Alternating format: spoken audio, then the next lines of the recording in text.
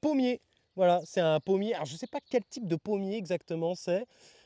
Si c'est, mais parce que j'avais pas la variété exacte. Je sais que c'est un pommier, mais je sais pas si c'est un pommier ornemental ou pas. Mais en tout cas, il va nous faire des toutes petites pommes, très jolies. Donc ça, c'est un bonsaï que j'ai acheté. Je l'ai pas fait moi-même, mais il y a des bonsaïs que j'essaye de faire moi-même. Là, on pouvait faire un bonsaï avec un peu tout. À partir du moment où l'espèce est entre guillemets ligneuse, ça peut être un thym, tu peux faire un bonsaï. Ça, c'est un chèvrefeuille. Un petit chèvrefeuille que T-Boost m'a donné d'ailleurs, un Jardy Viewer. Et puis après, c'est pareil, ça fait partie de mes premiers bonsaïs. Là, on est sur un sujet qui a quand même une dizaine d'années, je pense. C'est, pour ceux qui connaissent, un Ginkgo biloba qui est en train d'ailleurs de faire ses petites feuilles. Est-ce que j'enlève la fonction V ou pas, ou ça parle? Non, ça a l'air de parler quand même pas mal. Le chat, oh non les gars, mettez pas les alertes, on va passer pour des cons. Tiens, ça c'est un bonsaï que vous pouvez faire un bonsaï, tu vois, ça c'est un érable du Japon que j'ai acheté en jardinerie. Il était en promo, il n'était pas très beau, en fait il était assez petit, il n'était pas très beau à la base. J'ai regardé son tronc, j'ai dit oula, mais on peut en faire un chouette bonsaï ça. Et hop, c'est parti, ça fait 2 3 ans que je l'ai, j'essaye de le tailler en mode un peu bonsaï. Pour l'instant, il y a encore beaucoup de travail à faire parce que ça prend énormément de temps. Mais voilà, moi je suis passionné d'érable. Et vous avez un autre, vous avez son copain le rouge qui est là.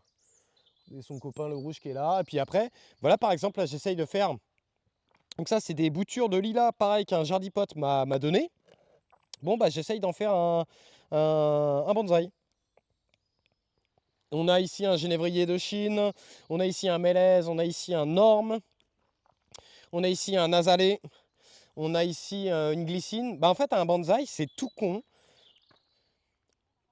Par exemple, là, tu vois, ça, c'est une glycine. Ça, alors, j'appelle pas ça encore un bonsaï, j'appelle ça un pré-bonsaï. C'est-à-dire que c'est un bonsaï dans ses premières années de vie. Et un bonsaï dans ses premières années de vie, c'est quoi? C'est une petite pousse que tu as fait pousser dans un pot et tu attends et tu attends et tu attends jusqu'à temps qu'il te forme un tronc assez dense, tu vois. Et après, bah, on va le tailler pour qu'il ramifie de plus en plus et qu'il nous fasse des petites feuilles. Et en fait, bah, tu as plein de façons de faire un bonsaï. Soit tu vas prendre un vieux sujet en jardinerie qui était là dans la jardinerie et qui attendait d'être taillé. Tu vois, par exemple, ça c'est pareil. Ça c'est un sujet que j'ai acheté en jardinerie. Tu vois, ça faisait super longtemps qu'il était là. Il avait un très beau tronc. Et ça, c'est un seringa. Et hop, tu vois. Pour l'instant, il me fait des grandes feuilles, mais à force de le tailler, il va me faire des petites feuilles. Et à force de le tailler, de le tailler, de le tailler, de le tailler, le tronc va grossir et il va me faire plein de petites feuilles. On a ici un Metasequoia.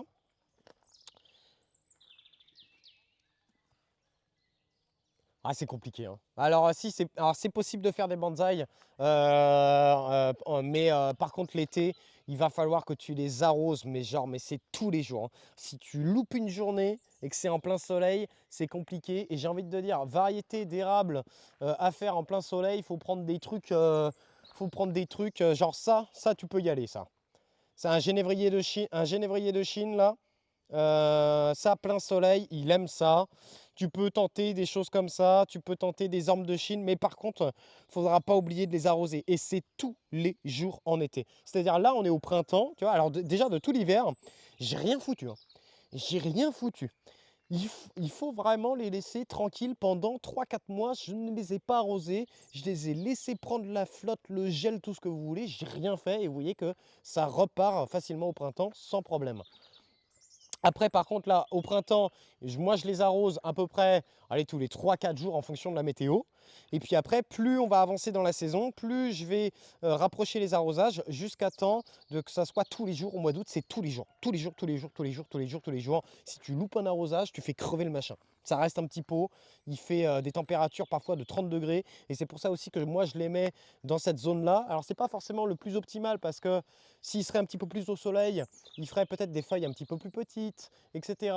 Mais le fait qu'il soit à l'ombre, ça les met en fait en. J'ai pas besoin, si je peux louper un arrosage, c'est pas très grave. Le lendemain, ils seront encore en vie.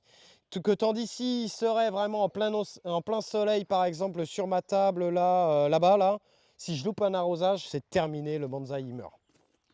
Et encore, même en les mettant à l'ombre comme ça, parfois c'est compliqué. Et donc sur ma chaîne,